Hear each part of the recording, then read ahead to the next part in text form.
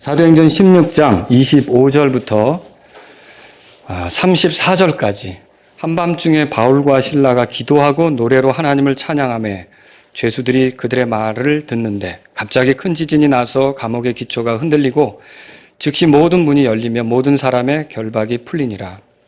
감옥의 간수가 잠에서 깨어 감옥 문들이 열린 것을 보고 죄수들이 도망한 줄로 생각하여 칼을 빼서 자결하려 하거늘 바울이 큰 소리로 외치며 이르되 내 몸을 해하지 말라. 우리가 다 여기 있노라 하니 그때 그가 등불을 요청하며 뛰어 들어가 떨면서 바울과 실라 앞에 와서 엎드리고 그들을 데리고 나와 이르되 선생들이여 내가 무엇을 하여야 구원을 받으리까 하거늘 그들이 이르되 주 예수 그리스도를 믿으라. 그리하면 내가 구원을 받고 내 집이 받으리라 하며 주의 말씀을 그와 그의 집에 있던 모든 사람에게 말하니라. 그 밤에 바로 그 시각에 그가 그들을 데려다가 채찍 맞은 자리를 씻어주고 자기와 자기의 온 가족이 즉시 침례를 받은 뒤에 다 같이요 그들을 데리고 자기 집에 이르러 그들 앞에 음식을 차려주며 자기의 온 집과 함께 하나님을 믿고 기뻐하니라. 아멘. 해피엔딩이네요. 그 빌립보 감옥에 간수하고 그 가족들이 다 믿고 즉시 침례를 받고 기뻐했다. 얼마나 멋집니까? 그죠? 오늘 제가 여러분에게 드릴 말씀의 제목은 예수님의 제자가, 우리가 지금 예수님의 제자에 대해서 계속 공부하잖아요. 예수님의 제자가 위기를 만났을 때 대처하는 방법, 위기를 만났을 때 대처하는 방법, 이것에 대해서 여러분에게 말씀을 드리겠습니다. 세옹지마라는 말 들어보셨죠? 혹시 모르시는 분이 있을 것 같아서 설명을 드리면 이게 중국에서부터 온 이제 사자성어인데 배경이 이렇습니다. 변방의 말 한 마리가 오랑캐 땅으로 달아나자 그 말 주인 노인인데요. 이 노인을 위로하려고 동네 사람들이 몰려왔어요. 말을 잃어버렸으니 얼마나 안타까우시냐. 아끼던 말 같은데. 그런데 그때 노인이 그걸 마음에 두지 않고 태연하게 말했어요. 이 일이 도리어 복이 될 줄로 어떻게 알겠습니까? 이렇게 이제 태연하게 말했던 거죠. 말 잃어버린 사람이. 그런데 몇 달이 지난 어느 날 그 집을 나갔던 말이 오랑캐 땅에서 다른 말을 데리고 온 거예요. 말 2마리가 온 거죠. 그러니까 동네 사람들이 또 와서 저번에 말을 잃어버렸는데 이게 말이 2마리가 되셨네. 얼마나 좋으십니까? 라고 막 이렇게 같이 축하하고 좋아했어요. 그런데 그때 이 노인이 이것이 화로 변하지 않는다고 누가 말할 수 있겠습니까? 또 이렇게 얘기했어요. 아주 태연하게. 다른 사람은 좋아할 것 같은데. 그런데 얼마 후 과연 이제 그 노인의 아들이 그 새로운 말을 이렇게 어떻게 타다가 떨어졌어요. 떨어졌는데 다리가 부러지게 됐어요. 이 다리가 부러졌다는 소식을 듣고 또 동네 사람들이 우르르 몰려왔어요.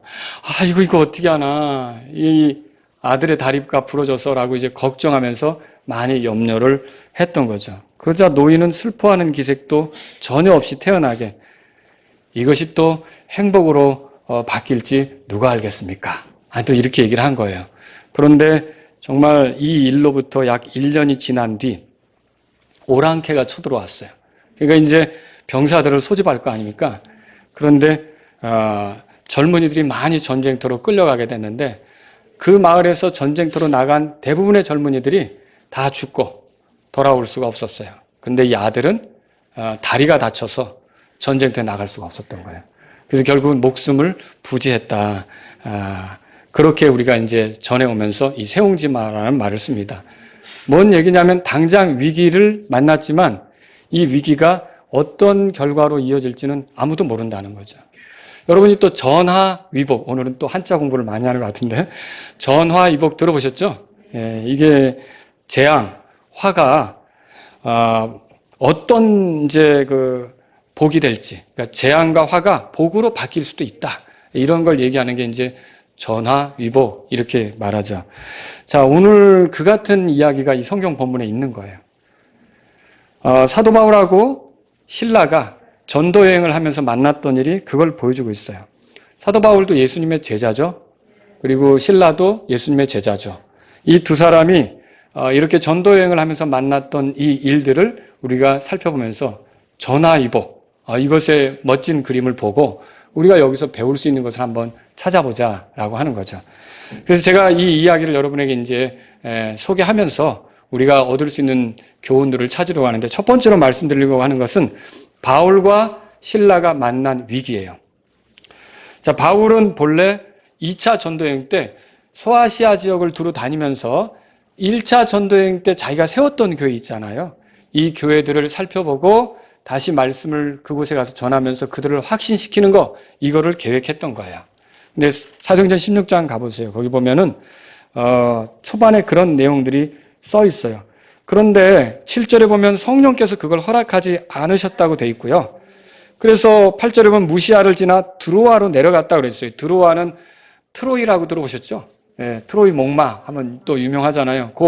어떻게 보면 거기가 그 유럽으로 건너가는 그 항구와 같은 위치에 있어요. 굉장히 그 아시아 쪽에서 끄트머리 있어서 근접하게. 그런데 그 드로아에 이르렀을 때 거기서 밤에 바울이 환상을 보게 됐어요. 어떤 환상을 보게 됐는가? 한 사람이 서서 바울에게 뭐라 하냐면 9절 우리 같이 읽어볼까요? 밤에 환상이 바울에게 나타났는데 마케도니아 사람 하나가 서서 그에게 간과하여 이르되 마케도니아로 건너와서 우리를 도우라 하거늘. 마케도니아로 건너와서 우리를 도우라는 그 환상을 보게 된 거예요.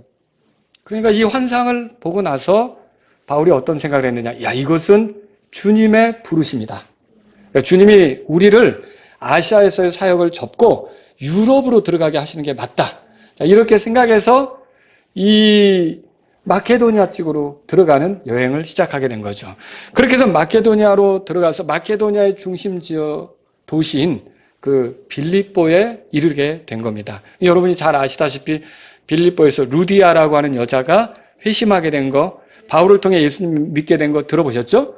근데 이제 오늘의 그 배경은 어떤 사건에서 출발하느냐 하면, 바울이 빌립보에서 이렇게 복음을 전하는데 한 소녀가 자꾸 따라오면서 엉뚱한 소리를 해대고 바울 사역에 대해서 아주 방해를 하면서 이렇게 하는 거예요. 근데 보니까 이 소녀가 건전하지가 않은 거예요. 왜 건전하지 않느냐면 점치는 영에 사로잡힌 거예요. 더러운 영이 이 여자를 사로잡고 있는 거죠. 물론 그렇게 해서 점을 쳐주고 사람들에게 돈은 받겠죠. 이 당시에 보면은 뭐 전쟁을 할 때나 군인이 내가 전쟁터에 나갈 때 불안하니까 점을 칠 수도 있는 거고, 사업을 하게 되면 점을 칠 수도 있는 거고, 또 뭐 결혼을 한다든지 여러 가지 일을 벌일 때 점을 칠 수도 있는데 그냥은 안 하고 복채같이 돈을 두둑히 갖다 준단 말이죠. 근데 이 소녀는 주인이 따로 있어요. 그러니까 이 소녀는 그 주인들의 여종이었던 걸로 보여져요. 근데 이 점을 치게 되는데 이 소녀가 얻은 거는, 종이 얻은 거니까 다 누구 거가 되겠습니까? 주인이 다 갖겠죠. 이런 상황이었어요. 그런데 바울이 이 소녀를 두고 보다가 도저히 이제 더는 이렇게 두면 안 되겠다 싶어서 어떻게 했느냐면은 결국 그 소녀 안에 있는 더러운 영, 점치는 영을 쫓아냈어요. 그래서 이 소녀를 자유롭게 해준 거죠. 정신이 온전하게 돌아오게 해준 거죠. 자, 그럼 좋은 일 아닙니까? 자, 이게 선한 일이죠. 그런데 이게 문제가 됐어요. 왜 문제가 됐냐면 이 점치는 영에 사로잡힌 소녀로 인해서 점을 칠 때마다 소득을 챙겼던 주인들이 있잖아요. 이 주인들은 당장 손실이 된 거예요. 소득원이 끊어진 거죠. 뭔가 이렇게 들어올 수 있는 수입원이 끊어진 거죠. 그러니까 누가 일을 했는가? 바울이 그걸 한 걸 알고 바울을 말하자면 이제 관리들에게 데려간 거예요. 치리자들에게 데려간 거예요. 그래서 여러분이 거기 보시면은 그 20절, 21절 우리 한번 보려고 하는데요. 16장. 이 사람들을 데려가서 고소를 하는 거예요. 말하자면 그 행정관들에게도 데려갔고요. 21절, 22절 다 같이 읽죠. 로마 사람인 우리가 받아들이거나 준수하기에 적법하지 않은 풍습들을 가르친다 하며 무리가 함께 일어나 그들을 대적하니라. 행정관들이 그들의 옷을 찢어 벗기고 그들을 때리라고 명령하여 그들을 23절도 읽어보죠. 그들을 많이 채찍질한 뒤에 감옥에 가두고 간수에게 분부하여 그들을 안전히 지키라고 하매 그랬어요. 여기 성경에 보니까 그 23절에 많이 채찍질했다 그렇게 써 있어요. 그러면 몇 대 이렇게 때리고 마는 게 아니라는 걸 알겠죠. 아마 맞은 자리는 어떻게 됐을까요? 퉁퉁 부어오르든지 터져서 피가 나든지 상처가 생겼겠죠. 그리고 그 맞은 게 얼마나 욱신거릴까요? 여러분 생각해 보시겠어요? 막 그 쓰라리고 욱신거리고 아프고 막 그런 상황일 거예요. 근데 거기다가 병원으로 이송된 것도 아니고 감옥에 갇히게 된 거죠. 그러면 정말 굉장히 힘든 상태 아닙니까? 감옥이면은 뭐 누구한테 당장 자유롭게 연락도 할 수 없고 누구를 만나기도 어렵고 자유롭지 못한 환경이 감옥이란 말이죠. 자, 이런 환경에 이 바울과 실라가 갇히게 된 거예요. 이게 이들에게 주어진 위기라는 거죠. 도대체 이 상태에서 더 복음을 전할 수 있을까? 이런 생각이 들 정도의 그런 그 상황에 이 두 사람이 처하게 된 겁니다. 자, 생각해 보세요. 두 사람은 부르심에 대한 확신이 있어서 이곳으로 온 거예요. 누군가 우리를 도와달라고 한상 중에 얘기했기 때문에 도움이 되기 위해서 온 거란 말이죠. 그런데 주님의 사역을 이제 루디아 가족, 루디아를 이렇게 예수님께로 인도한 것 외에는 아직 뾰족한 열매가 보이지 않는데 초반부터 얻어맞고 감옥에 갇힌 거예요. 그러면 저와 여러분들이 어떨 것 같아요? 이런 상황에 처하면? 우리 중에 어떤 사람은 이럴 때 불평을 늘어놓을 수 있습니다. 주님, 이게 뭡니까? 우리가 이러려고 여기에 온 겁니까? 이거 아니지 않습니까? 우리는 복음을 전하기 위해서 여기 온 거지 감옥에서 시간 보내려고 온 거 아닙니다. 왜 우리가 감옥에 갇혀야 합니까? 이게 말이 됩니까? 너무합니다. 주님, 우리를 도와주셔야지. 이게 뭡니까? 라고 불평할 수 있다는 거죠. 자, 여러분 또 생각해 보세요. 더군다나 갇힌 게 이 바울과 실라가 잘못해서 갇혔습니까? 도둑질했나요? 사기쳤나요? 아니면 뭐 폭력을 행사하고 남의 것을 갈취했나요? 그런 거 아니었어요. 선한 일을 했어요. 자, 이 점치는 영에 사로잡힌 소녀를 자유롭게 해준 거죠. 더러운 영에 사로잡힌 자를 자유롭게 해준다. 좋은 일 아닙니까? 이런 좋은 일을 하고도 결국은 감옥에 갇히게 된 거죠. 내가 좋은 일 했는데 왜 이런 대우를 받지? 하나님 뭡니까?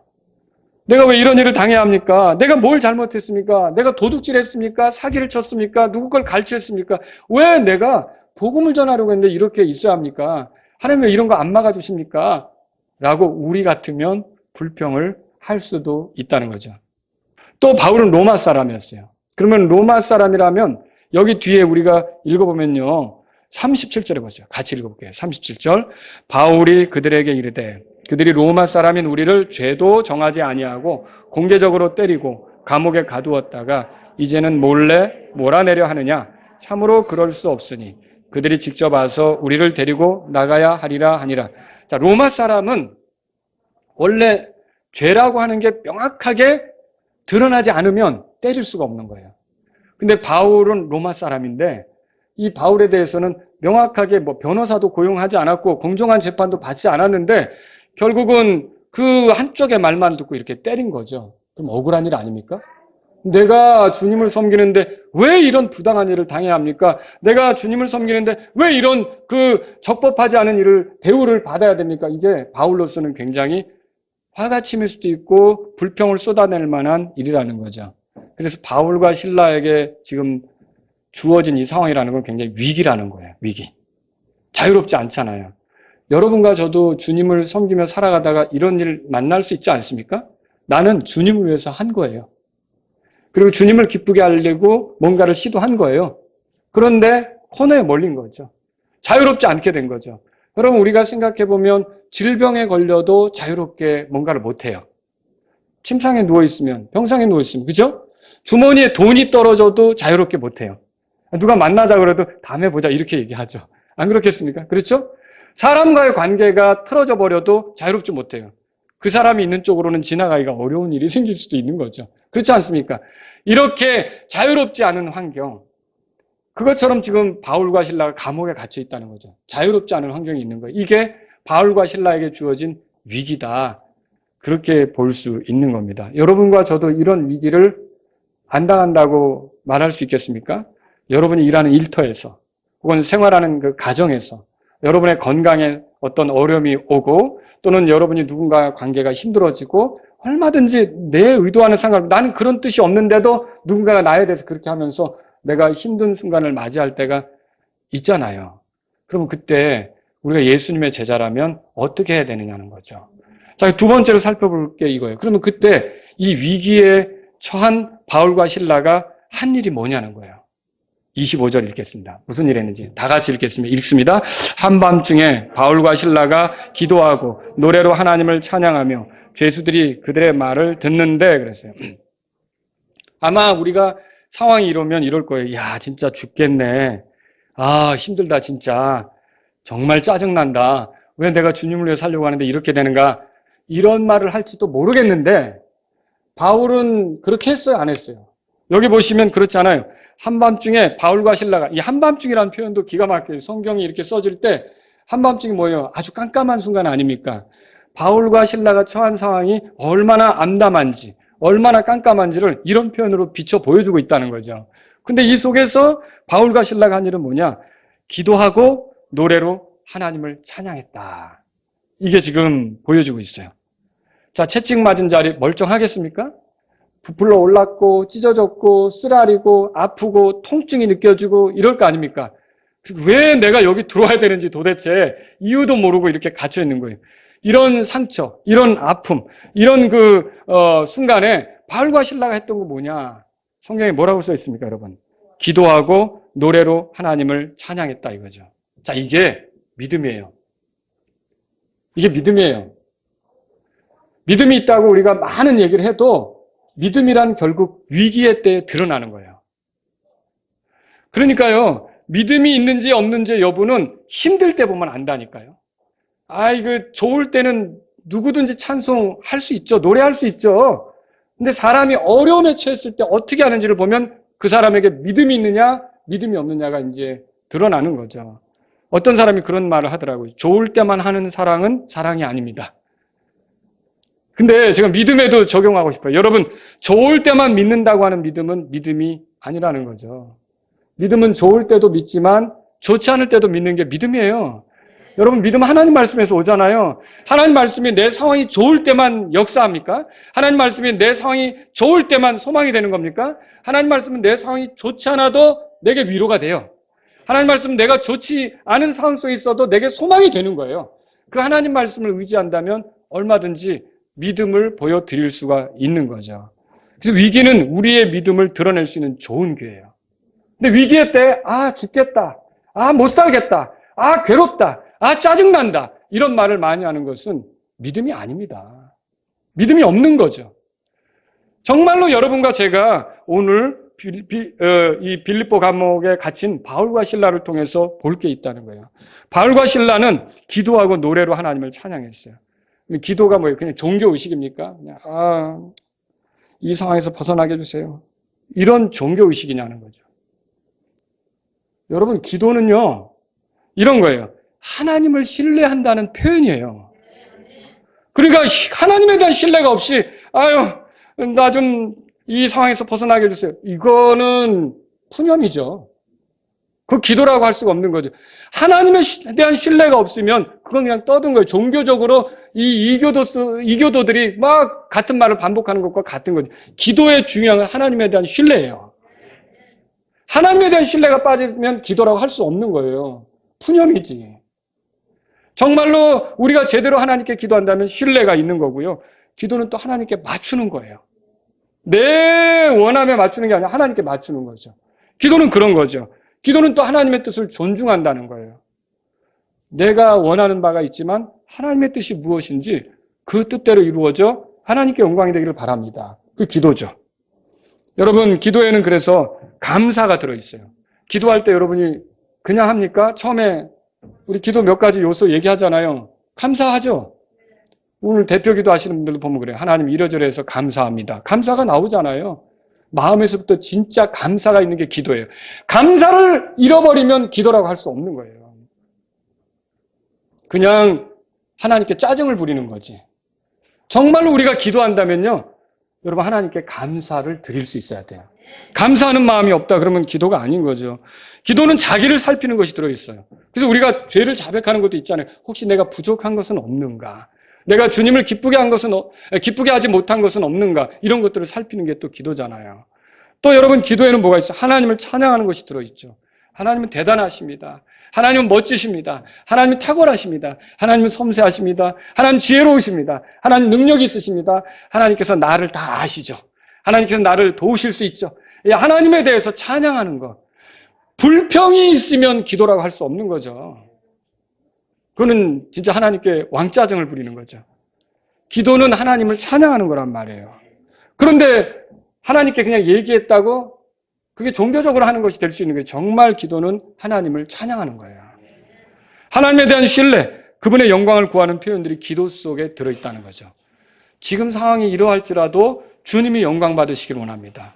주님이 기뻐하는 일들이 펼쳐지기를 원합니다. 주님이 하시는 일은 뭔지 모르지만 주님께서 영광 받으시는 일이 나타나길 바랍니다. 이게 기도라는 거죠. 이게 기도예요. 여러분, 그걸 지금 바울과 실라가 감옥에서 하고 있었던 거예요. 기도를. 그 기도를 드리고 있었던 거죠. 또 찬양이라고 그랬어요. 찬양 뭐예요? 하나님께 감사하는 거예요. 하나님을 높이는 거예요. 하나님 대단하시다고 말하는 거죠.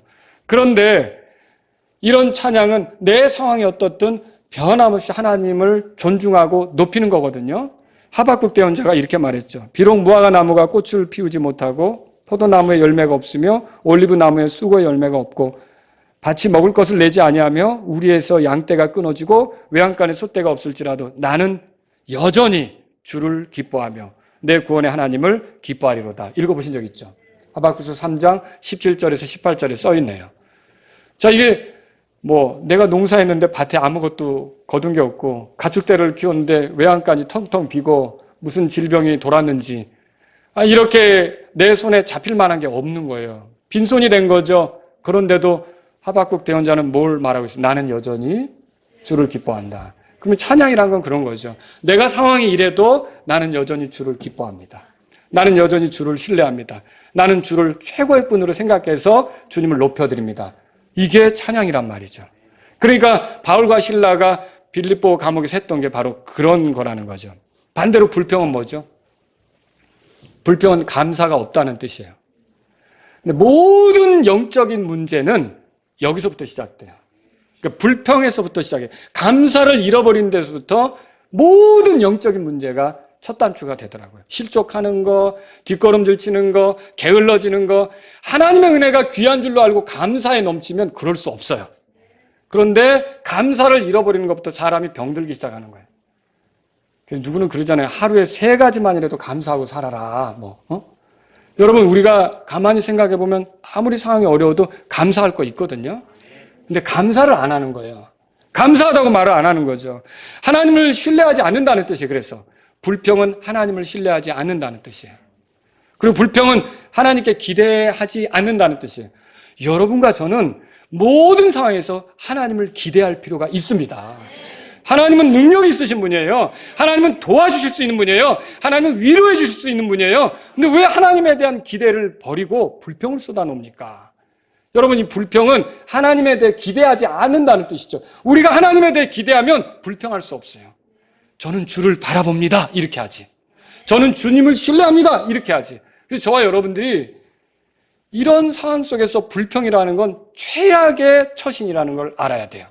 우리는 불평하면 안 되는 거죠. 하나님께서 하시려는 일에 관심이 없다. 이게 불평이에요. 여러분, 하나님이 뭘 하실지 관심이 있으십니까? 기대합니까? 이게 위기 상황이에요. 힘든 일이 벌어졌어요. 근데 도대체 나는 정말 힘들어 죽을 지경인데 하나님은 어떤 일을 하시려고 하지? 하나님께서 하시려고 하는 일이 있다면 그 일들이 이루어지는데 관심을 가져볼까? 여러분, 이게 필요한 거죠. 그러니까 하나님에 대해서, 하나님이 하실 일에 대해서 기대할 수 없다, 관심을 갖지 않는다, 그런 불평이 나올 수밖에 없는 거죠. 그래서 위기를 만날 때 불평을 늘어놓는 건 믿음이 아닙니다. 믿음이 없는 겁니다. 여러분, 이스라엘 백성이 출애굽한 이후에 출애굽기 읽어보셨을 거예요. 민수기 읽어보셨을 거예요. 저는 처음에 읽을 때 이 사람들 진짜 대단한 사람들이다. 어떻게 이러냐. 하나님이 놀라운 은혜로 10가지 재앙도 보여주시고 홍해바다도 갈라주시고 불과 구름 기둥으로 인도해 주시고 추격하는 파라오의 군대도 제거해 주시고 완전한 자유를 주셨으면 그 하나님을 철저히 신뢰하고 하나님 기쁩니다. 하나님 감사합니다. 라고 가야지. 근데 읽어보니까 처음에 물이 없다고 출애굽기 15장 24절에 불평을 늘어놓죠. 그리고 조금 있다가 먹을 게 없다고 또 불평을 해요. 출애굽기 16장 2절에. 그래서 만나 주시죠. 그리고 조금 있다가 또 다시 목마르다고 또 불평해요. 출애굽기 17장 3절에. 이 백성의 불평으로 주님이 어떻게 했냐면 진영 맨 끝부분에서 불이 붙어가지고 몇 사람을 소멸시켰다는 얘기도 민수기 11장 2절에 써 있어요. 정탐꾼이 돌아와서 하는 말 듣고 또 불평해요. 이때는 뭐라고 불평합니까? 차라리 이집트 땅에서 죽었더라면 좋았을 걸. 뭐 이런 식이에요. 하나님이 그러려고 그들을 구출해낸 거 아니잖아요. 얼마나 불평이 심한지 이스라엘 백성 위기 때마다 불평하는 거예요. 불평을 다 알고 살았어요. 그러니 하나님이 준비하신 좋은 걸 누리겠습니까? 가나안 땅을 상속하겠냐고요. 못하는 거죠. 이렇게 믿음을 보여드리지 못한 신앙은 하나님이 좋은 걸 준비했어도 누리지 못하는 거예요. 구원을 잃어버린다는 얘기가 아니에요. 그들은 출애굽을 했잖아요. 근데 하나님이 더 좋은 상속의 땅을 주려고 하는 거잖아요. 근데 그런 것들을 다 놓치는 거죠. 그래서 불평은 이렇게 우리 신앙에 있어서 병드는 첫 단추예요. 감사를 잃어버리고 불평하는 것은요. 이게 아주 위험한 거라는 거죠. 그런데 바울과 실라는 어떻게 했어요? 이 위기 속에서 불평했습니까? 뭐 했다고요? 기도하고 하나님을 노래로 찬양했대요. 이게 예수님의 제자들이 위기를 극복하는 방법이에요. 야고보서 5장 13절에 너희 중에 고난당하는 자가 있느냐? 그는 기도할 것이요. 즐거워하는 자가 있느냐? 그는 시를 노래할지어다. 시를 노래할지어다. 그렇게 써 있어요. 자, 이렇게 말씀하신 것처럼 바울과 실라는 그 순간에도 하나님께 기도했어요. 하나님, 주님을 신뢰합니다. 주님 무슨 뜻이 있으시겠죠? 주님이 하시려는 일이 일어났으면 좋겠어요. 이런 순간에도 우리가 도구가 되면 좋겠네요. 하나님께서 영광 받으시는 일이 일어났으면 좋겠어요. 네, 기도하는 거예요. 그리고 또 노래하는 거죠.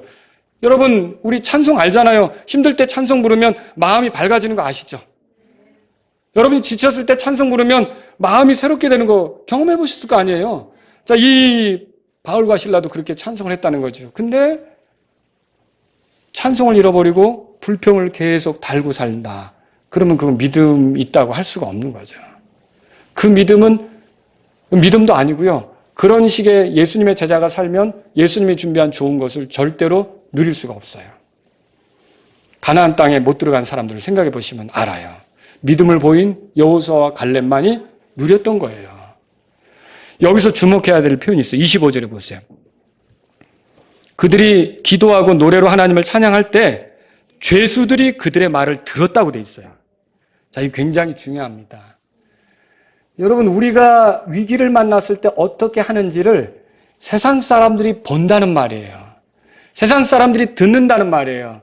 세상 사람들이 이렇게 살핀다는 말이에요. 그래서 베드로전서 3장 1절 2절에도 믿지 않는 남편에 대해서 얘기하면서 여러분, 아내들아 이와 같이 너희도 너희 남편에게 복종하라. 이것은 누가 말씀에 순종하지 아니하여도 그들 또한 말없이 아내의 행실을 통해 얻고자 함이니 두려움이 동반된 너희의 정숙한 행실을 그들이 눈여겨보느니라. 이렇게 된 거 읽어보셨죠? 사람들은 우리를 보고 있어요. 우리가 무슨 말을 하는지 듣고 있어요. 우리가 어떻게 표현하는지 듣고 있다고요. 어떻게 대처하는지 듣고 있다고요. 근데 괴로운 일은 저 밖에 있는 사람에게만 있는 게 아니라 우리에게도 있잖아요. 모든 인생이 다 괴로움을 겪고 사는 거 아닙니까? 그런데 우리는 하나님께 소망이 있는 거예요. 주님에 대한 믿음이 있는 거예요. 주님에 대한 신뢰가 있는 거죠. 주님이 뭘 하실 거라는 기대가 있는 거죠. 그러니까 우리 입에서 뭐가 나오는 거예요? 노래가 나오는 거죠. 아마 세상 사람들은 나랑 똑같은 어려움을 당하는데 저 사람 입에서는 어떻게 노래가 나올까? 이상하게 생각할 거예요. 그렇지 않겠습니까? 내가 당한 이 어려움을 저 사람도 똑같이 당하고 있는데 저 사람은 어떻게 하나님에 대한 감사로 기도를 드릴 수 있을까? 나는 지금 죽을 맛인데. 근데 여러분, 이렇게 세상 사람들이 우리가 어떻게 하는지를 보고 있다니까요. 듣고 있다니까요. 어떻게 대처하는지 파악하고 있다니까요. 그래서 여러분과 저는 사실은 위기의 때 믿음을 보이면서 선한 간증을 할 수도 있는 거고, 우리를 통해서 예수님 믿을 마음 완전히 갖지 않게 할 수도 있는 거예요. 저 사람이 어려움 속에서 하는 말이 죽겠다예요. 그럼 내가 저 사람처럼 돼봐야 나도 죽을 건데. 저 사람이 어려움 속에 하는 말이 미치겠다예요. 그럼 나도 예수님 믿으면 미치겠는데 뭐하러 예수님 믿겠어요? 그 사람을 통해서. 그렇지 않겠습니까? 그러니까 이게 사람들이 우리를 보고 있다는 거, 그리고 듣고 있다는 거, 우리는 그 상황 속에서도 간증을 할 수 있다는 거. 말로만 앞에 나와서 간증한다고 간증이 아니라 생활 속에서 우리는 간증할 수 있는 거예요. 주님을 드러낼 수 있는 거라는 거죠. 그럼 바울과 실라가 어떤 기도를 드렸을까요? 생각해 보신 적 있으세요? 빨리 여기서 탈옥을 해야 되는데 그런 건가요? 빨리 여기서 나가야 되는데 만약에 그게 그들의 가장 큰 기도 제목이었다면 큰 지진이 나고, 여기 보세요. 26절, 27절입니다. 다 같이 읽겠습니다. 갑자기 큰 지진이 나서 감옥의 기초가 흔들리고 즉시 모든 문이 열리며 모든 사람의 결박이 풀리니라. 감옥의 간수가 잠에서 깨어 감옥 문들이 열린 것을 보고 죄수들이 도망한 줄로 생각하여 칼을 빼서 자결하려 하거늘. 여러분 보세요. 만약에 감옥에서 나가는 것이 가장 우선적인 기도 제목이었다. 그러면 지진이 나서 옥문이 열렸어요. 근데 옥문만 열린 게 아니라 이게 쇠고랑이 풀어졌어요. 그럼 그때 어떻게 했을까요? 도망갔겠죠. 그게 가장 큰 관심사였다면 도망갔겠죠.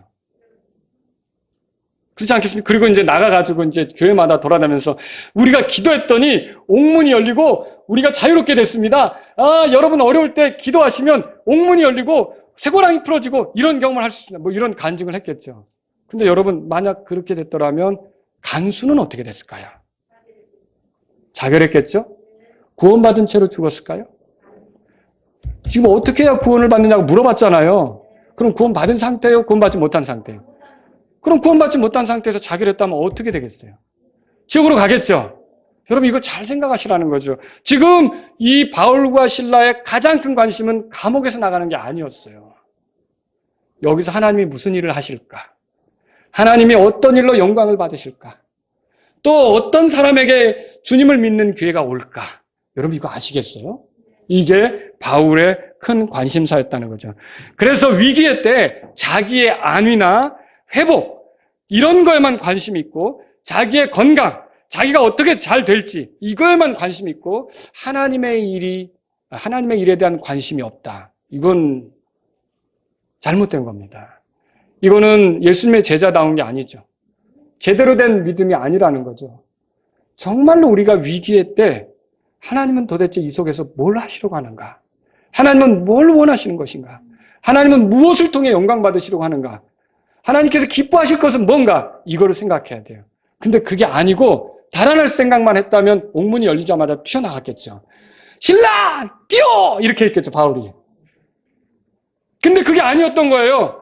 바울의 관심은 늘 왜 여기 빌립보에 온 거예요? 왜 마케도니아 쪽에 온 거예요? 한 혼이라도 건지려고 온 거잖아요. 한 사람이라도 예수 믿게 하려고 온 거잖아요. 그런데 감옥의 간수가 칼을 들어서 자결하려고 그래요. 자결하려고 하는 이유는 그거죠. 왜냐하면은 이때 간수가 죄수를 잃어버리면 불명예스럽게 되고 죄수를 대신해서 간수가 형을 받아야 될 수 있고 아주 비참하게 되는 거죠. 그러니까 스스로 목숨을 끊으면서 그 불명예를 해소하려고 했는데 그렇게 되면 구원을 잃어버리잖아요. 그러니까 바울이 멈춰라라고 하잖아요. 우리 아직 안 갔다. 우리 여기 있다. 그대로 있다. 죽으면 안 된다. 왜 죽으면 안 되는 거예요? 구원받아야 되니까. 죽으면 안 되잖아요. 구원받아야 되니까. 그러니까 여기서 감옥에서 나가는 게 더 중요한 거예요? 그 사람이 구원받는 게 더 중요한 거예요? 이거를 생각해 보셔야 돼요. 하나님의 일이 더 중요한 거냐? 내가 더 편하게 되는 것이 더 중요한 거냐? 하나님의 일이 진행되는 게 더 중요한 거죠. 지금 위기를 대처하는 방식에서 바울이 보여주는 모습이라는 거죠. 그럼 바울과 실라가 이 위기 속에서 하나님의 일을 경험했나요? 경험했어요. 세 번째로 우리가 그걸 살펴보려고 그래요. 갑자기 큰 지진이 일어났다 그랬죠? 그런데 그 지진 속에 다 죄수들이 도망간 줄 알고 간수가 자결하려고 그랬는데 바울이 막았었잖아요. 그렇게 하면 안 된다. 자, 이렇게 하니까 등불을 뺏어가지고 안에 죄수들이 있는지 확인하러 들어간 거예요. 그리고선 바울이 거기서 그렇게 하면 안 된다라고 하는 그거를 알고 이 간수가 꿇어 엎드리게 된 거죠. 그리고는 이들을 데리고 나오면서 다른 곳에서 어떻게 합니까? 내가 무엇을 하여야 구원을 받을 수 있습니까? 자, 그럼 이게 그냥 나온 얘기입니까? 아마 기도할 때 하나님 이 속에서도 누군가 구원받기를 원합니다. 누가 죄에서 건져주기를 원합니다. 기도를 들었겠죠. 구원이란 말을 어떻게 쉽게 할 수 있어요? 그죠? 하나님께서 구원하시는 분이신 줄로 알고 있습니다. 우리를 죄에서 건지신 하나님 찬양합니다. 찬양 소리를 들었겠죠. 가사를 들었겠죠. 그러니까 이런 것들을 들었으니까 그러면 당신이 기도했던 그 구원, 당신이 노래했던 그 구원은 내가 어떻게 해야 받는 겁니까? 여러분 이해하시겠죠? 그러니까 이게 그냥 바울이 믿어줘가 아니라 그냥 이 사람이 내가 어떻게 해야 구원받습니까를 물어온 거예요. 이거 대단한 거 아닙니까? 그때 바울이 뭐라고 말합니까? 31절 우리가 다 같이 읽겠습니다. 31절 읽겠습니다. 그들이 이르되 주 예수 그리스도를 믿으라. 그리하면 내가 구원을 받고 내 집이 받으리라. 여러분, 결국 이 간수가 구원 받았습니까? 놀랍게도 사도행전 8장에서도 사마리아 사람들이 구원받았을 때 그 도시에 큰 기쁨이 있다고 그랬어요. 그리고 빌립이 이디오피아 내시에게 복음을 전했잖아요. 그 이디오피아 내시도 구원받고 나서 길을 갈 때 기쁨으로 자기 길을 갔다 그랬어요. 모든 구원받은 사람에게 나타나는 게 기쁨이에요. 기쁨. 그런데 여기 이 가족도 어떻게 했어요? 34절 다 같이 읽겠습니다. 그들을 데리고 자기 집에 이르러 그들 앞에 음식을 차려주며 자기의 온 집과 함께 하나님을 믿고 기뻐하니라. 야, 얼마나 놀라운 일입니까? 이런 일이 벌어진 거죠. 여러분, 우리에게 일어나는 일 중에 우연이 있습니까? 우연? 아침에도 우연 얘기를 여러분에게 했는데 하나님의 섭리로 이런저런 일들이 일어난다고 믿으십니까?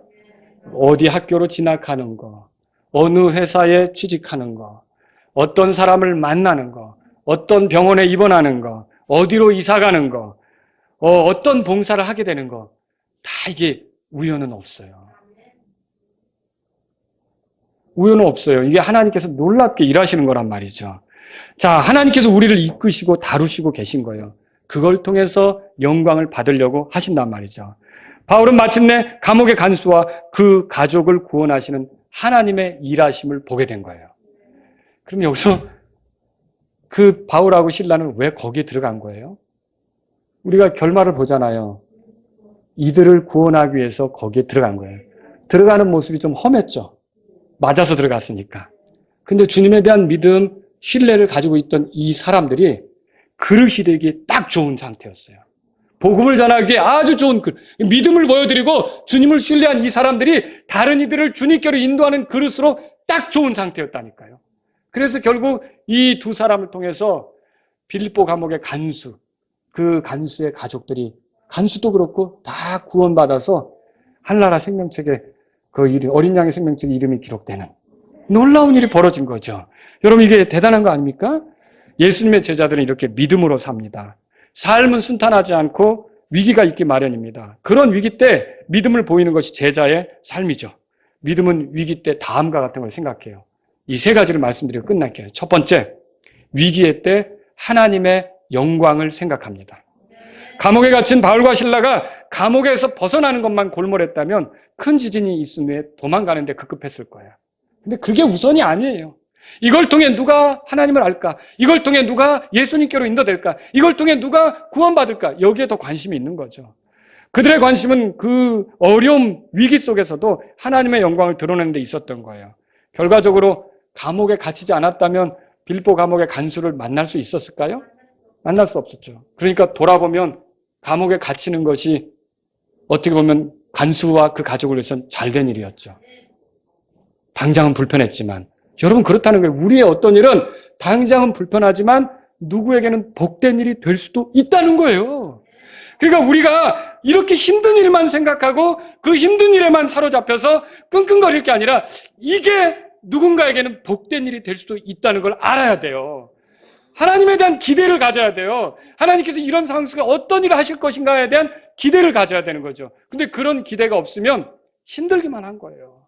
속상하기만 한 거예요. 짜증만 나는 거죠. 끙끙거리는 거죠. 근데 이게 누군가에게 복이 될 수 있을까?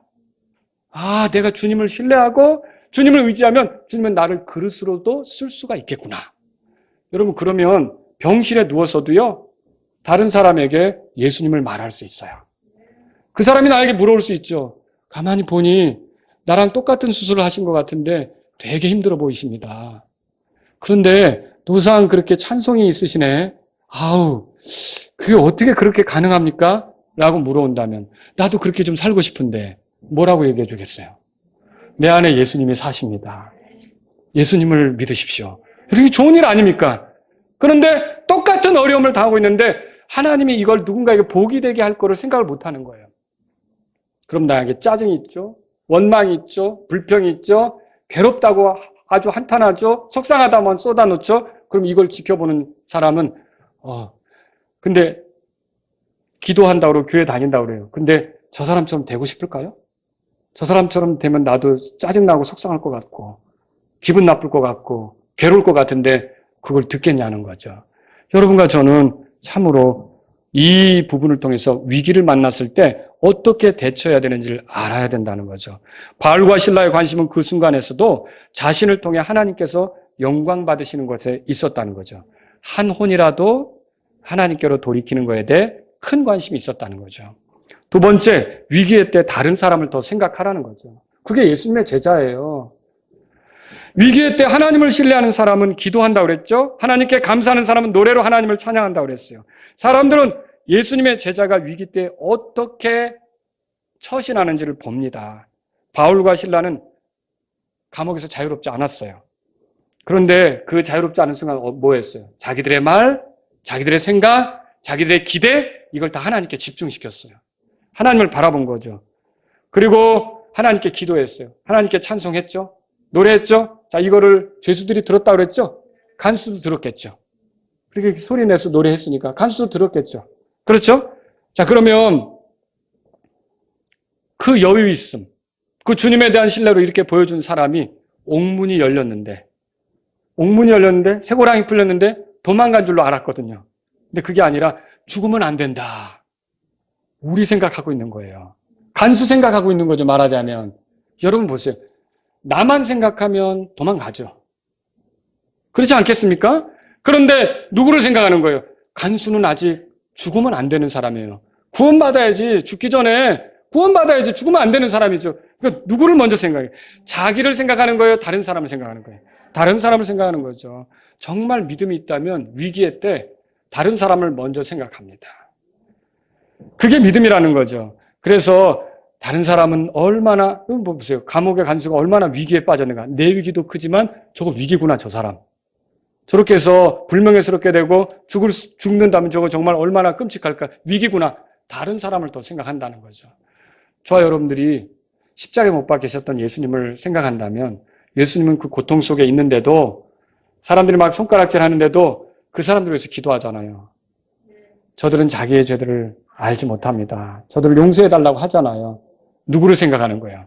다른 사람을 생각하죠. 스데반도 그랬죠? 돌 맞아 죽어갈 때. 그렇죠? 괴롭습니다.